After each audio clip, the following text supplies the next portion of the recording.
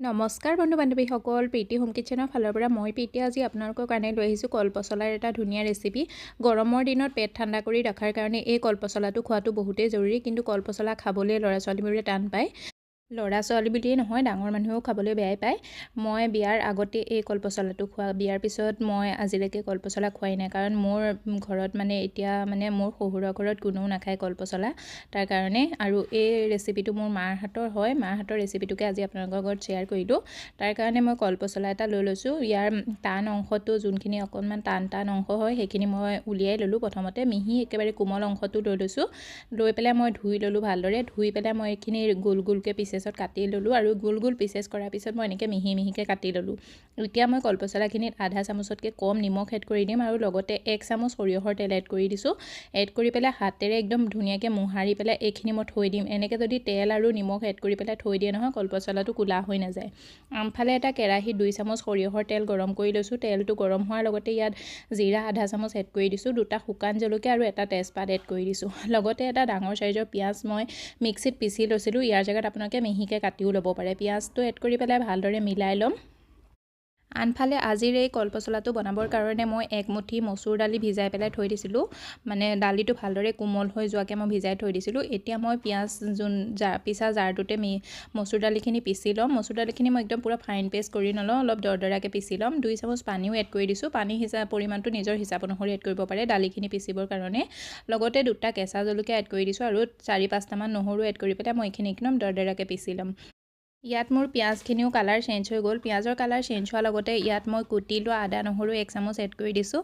ইয়াৰ জেগাত আপোনালোকে আদা নহৰু পেষ্টটো এড কৰিব পাৰে, আৰু আদা নহৰু এড কৰি পেলাই ভালদৰে মিলাই ল'ম, যাতে আদা নহৰু কেঁচা গোন্ধটো আঁতৰি যায়। সিমান দেৰিলৈকে আমি এইখিনি ফ্ৰাই কৰি ল'ম, 20-30 ছেকেণ্ডমানৰ কাৰণে।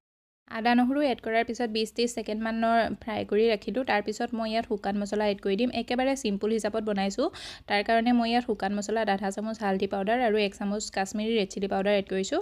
ইয়াৰ জেগাত আপোনালোকে যদি অকণমান ভালকৈ ফ্লেভাৰ দি বনাব বিচাৰে, তেতিয়াহ'লে গৰম মছলা এড কৰিব পাৰে, লগতে জিৰা পাউডাৰ এড কৰিব পাৰে, ধনিয়া পাউডাৰ এড কৰিব পাৰে। 2 চামুচ পানী এড কৰি পেলাই এইখিনি মছলাখিনি ভালদৰে ফ্ৰাই কৰি ল'ম।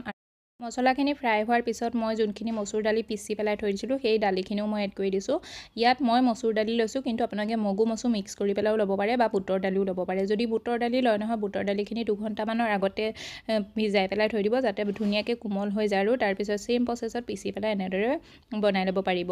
আৰু যোনটো জাৰত মই দালি পিচিছিলোঁ, সেইটো জাৰতে পানী লৈ পেলাই মই পানী এড কৰি দিছোঁ, আধা কাপমান পানী এড কৰি দিছোঁ। পানীৰ পৰিমাণটো আমি আকৌ এড কৰিব লাগিব।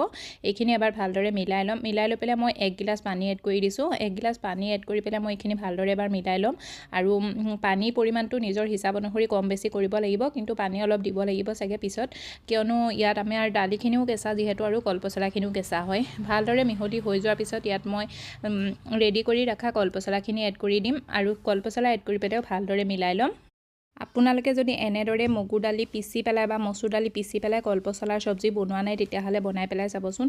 নৰ্মেল মগুৰ দালিখিনি ভাজি পেলাই বনোৱাতকৈ বহুত বেছি টেষ্টি হয়। আৰু কলপচলা এড কৰি পেলাই ভালদৰে মিলাই লৈ পেলাই এইখিনি আমি এতিয়া ল' ফ্লেমত 3-4 মিনিটৰ কাৰণে সিজিবলৈ দিম, ঢাকি পেলাই। আৰু ইয়াত মই 1 গিলাচ পানী আৰু এড কৰি দিছিলোঁ। মোৰ যিহেতু পানীটো কমৰ নিচিনা লাগিছিলে, কাৰণ দালিও কেঁচা আছিলে আৰু কলপচলাখিনিও কেঁচা আছিলে। পানী এড কৰি পেলাই মই এইখিনি এতিয়া ল' ফ্লেমতে 3-4 মিনিটৰ কাৰণে আকৌ বইল কৰি ল'লোঁ, সিজিবলৈ দিলোঁ। টোটেল মোৰ 8 মিনিট সময় লাগিছিলে। আৰু ইয়াত 8 মিনিট হৈ গ'ল। 8 মিনিটত মোৰ চব্জিখিনি ৰেডি হৈ গ'ল। এই চব্জিখিনি দেখি লাগিছেনে, ইয়াত যে আমি কলপচলা এড কৰিছিলোঁ, ল'ৰা ছোৱালীয়েও গম নাপায়। যেতিয়া আপোনালোকে এনেকৈ পেলাই পিচি পেলাই নহয় তেওঁলোকক দিয়ে, তেওঁলোকে ধৰিবই নোৱাৰিব ইয়াত যে কলপচলা আছে বুলি। বিশেষকৈ মোৰ ল'ৰাটোক মই যেতিয়া কলপচলাটো কাটি আছিলোঁ, সি দেখি পেলাই কৈছিলে, আমি কিবা হাতী নেকি কলগছ খাবলৈ বুলি। সি মোক তেনেদৰে কৈছিলে, কিন্তু মই তাক এনেকৈ বনাই পেলাই খুৱাই দিলোঁ, সি গমেই নাপালে। এতিয়া মই ভিজাই থোৱা চয়াবিন এড কৰি দিছোঁ। চয়াবিনৰ পৰিমাণটো নিজৰ হিচাপ অনুসৰি কম বেছি এড কৰিব পাৰে, বা স্কিপো কৰিব পাৰে। ভালদৰে মিলাই ল'ম। চয়াবিন এড কৰাৰ পিছতো 1 মিনিটমানৰ কাৰণে এইখিনি ল' ফ্লেমত ঢাকি পেলাই সিজাই ল'ম, আৰু এয়া আমাৰ চব্জি ৰেডি হৈ গ'ল। আপোনালোকে ইয়াত ধনিয়া পাত দি গাৰ্নিছ কৰি দিব পাৰে, বা গৰম মছলা এড কৰি দিব পাৰে 1 চামুচ। আপোনালোকক মোৰ আজিৰ এই ৰেচিপিটো কেনেকুৱা লাগিছে, যদি ভাল লাগিছে ভিডিঅ'টো লাইক কৰি দিব, চেনেলটো ছাবস্ক্ৰাইব কৰি দিব, লগতে বেল আইকনটো প্ৰেছ কৰি দিব, এনেকুৱা ভিডিঅ'বোৰ আগলৈ পাই থাকিবৰ কাৰণে। এটা ধুনীয়া কমেণ্ট কৰিবলৈ নাপাহৰিব, শ্বেয়াৰ কৰি দিব পৰিয়াল বন্ধুবৰ্গলৈ, যাতে তেওঁলোকেও এনেধৰণৰ ৰেচিপিবোৰ বনাই পেলাই ল'ৰা ছোৱালীক খুৱাব পাৰে।